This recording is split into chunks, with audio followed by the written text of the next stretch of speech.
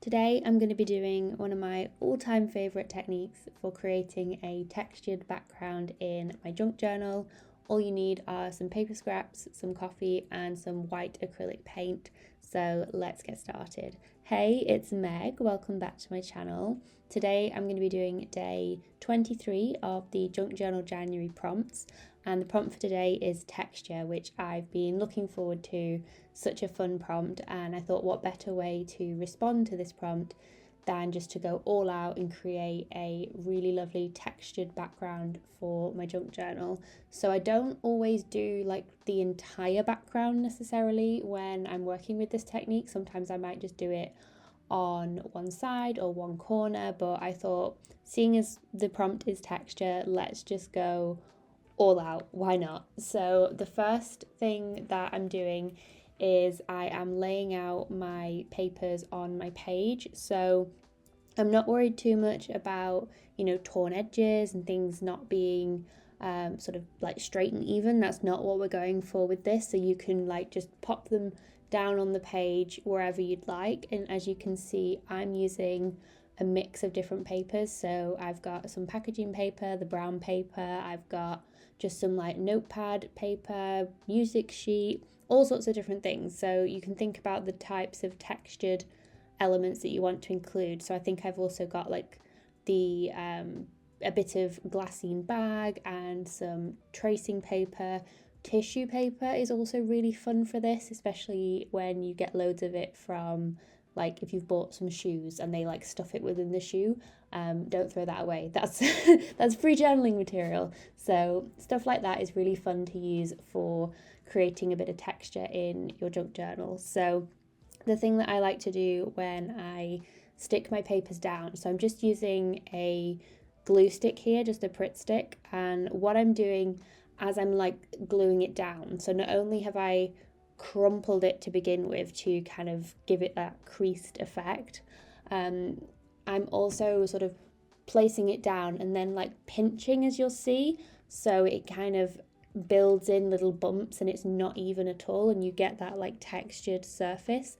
So you can see there I've got that crumpled piece and then just adding a layer of glue on the back, and then I'm just sort of pinching it with my fingers there to kind of build in the little crevices and like nooks and crannies within the papers. And you'll see when I come in with the paint and the coffee how that really plays with those materials and gives you some really interesting effects. So like I said, for this page I just decided to cover the entirety of this spread, and I actually used a cut off there of the printable that we had for the challenge, and knowing that I was going to apply coffee onto this page, I actually shouldn't have done that because obviously the ink on that printout just bled everywhere. Now it actually kind of had a bit of an interesting effect,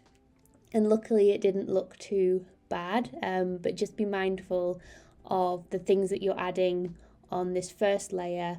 Nothing that is water soluble, because when we do add the coffee, things will bleed and run, and if you're okay with that, then that's fine.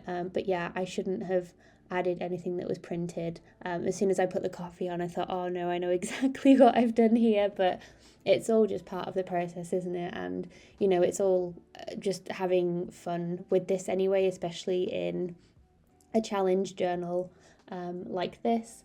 And so I half debated whether I wanted to just stick to one side of this page, so I did the left hand side, and then I was thinking about whether I wanted to use the right hand side page for tomorrow's prompt, and then I thought actually it might be nice to just create one cohesive spread for a technique like this, because I think it lends itself to being contained in that way, and I think it would be a bit strange to come in and work alongside this, because it's quite a unique way of working for a background. It's not like flat, and it's a bit all over the place. It's a bit busy for sure, but I really wanted to lean into the textural elements for this page and just have fun with using different papers and different materials as well.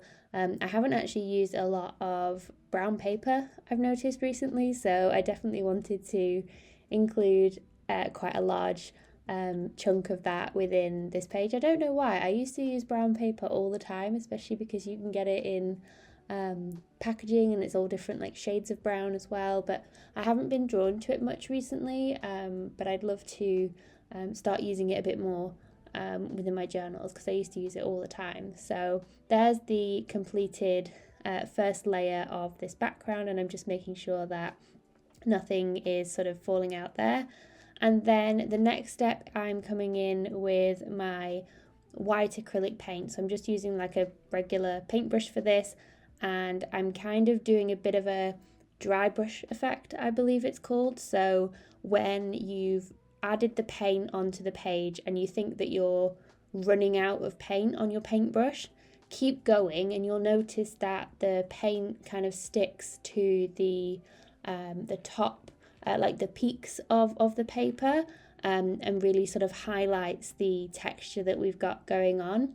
And you'll see it more so on the brown paper that I'm using there. So it kind of really highlights all of the textures and the lines within the papers that I've added to this page. And so I'm just adding it in different sections. Some of them I'm using a little bit more white paint than others, and you can see there I'm just sort of dragging the brush across lightly in some areas where I just want the texture to be a bit more pronounced. You can see it here, especially that piece, that brown piece in the middle there, how it's really bringing to life the different textural elements that we've got. There we go, look, I'm just showing you there up close. You can see it has such a cool effect that you can use for a background in your junk journal. And so my final step is I'm coming in now with the coffee, and I added it to most areas of the page, but you can really pick and choose where you think you want more of the coffee to be. So I'm kind of focusing on the papers that are cream or white because I know that that will have the most sort of payoff. You still do see it slightly on darker papers or on like brown paper, but on the cream, the white papers, that's where the coffee will really show up the most. So I'm sort of concentrating it in those areas, but I am sort of spreading it throughout the page and just sort of leaving a little bit more coffee in the places where you've got those crevices, because it will kind of sit in those and have a really cool effect when it dries. And so I'm just adding that on both sides of this page because I just wanted it all to be sort of one cohesive background for this page. And then I just dried it with my hairdryer, nothing fancy. You could leave it on the side to dry, but it might take a little bit longer. And personally, I'm just impatient, so that's why I dried it with my hairdryer.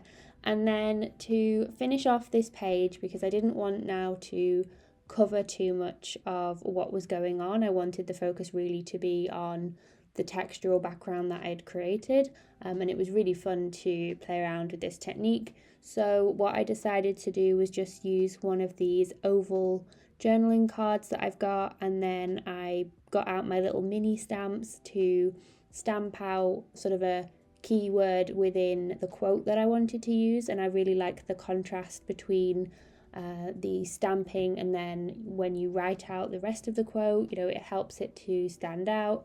And it's a really nice little quirky way of including a quote within your journal that doesn't look too plain. Like, I think it looks a lot more playful when you sort of combine like this, or you could even, you know, have the letters be in like a bold pen as like a cursive to stand out as well. There's lots of different ways you can play around with positioning your text like that in your journals when you're including different quotes. And so I kept it fairly plain, but I did want to add some imagery, and I decided this bright yellow flower would actually be quite a nice addition because it's so bright that I think it contrasts really well with the neutrals that I've got going on this page. So I just decided to carefully fussy cut that out, and then I'm gluing my card onto the background, and the glue stuck pretty well for me. I know you might be wondering about, obviously because it's a textured background now, but I found that it stuck pretty well. I had to add a little bit extra than probably I would normally add, but that was pretty much everything that I did for this page. I just wanted to keep it fairly simple and, like I said, have the focus be on the textured background. So thank you for journaling along with me today. I hope you enjoyed the process of this technique coming together. As always, have a wonderful rest of your day, and I will see you in the next one. Bye guys!